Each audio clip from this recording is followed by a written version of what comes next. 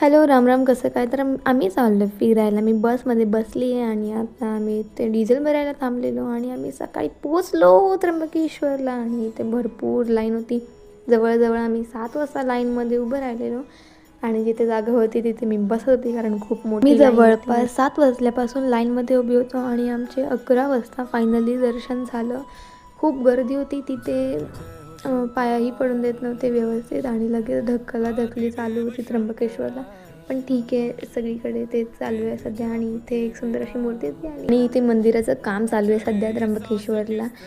सुंदर असं दिसत होतं आणि आम्ही त्यानंतर हे मंदिराच्या मागच्या साईडचं दार आहे. त्यानंतर आम्ही निघालो होतो नाशिकमधल्याच दिंडोरी येथे स्वामी समर्थांच्या मठामध्ये जाण्यासाठी आणि मग आम्ही तिथे पोचलो आणि आता आपण इथून जाणार आहोत नेक्स्ट लोकेशनला. तर तुम्ही नेक्स्ट पार्ट बघायला विसरू नका. भेटूया.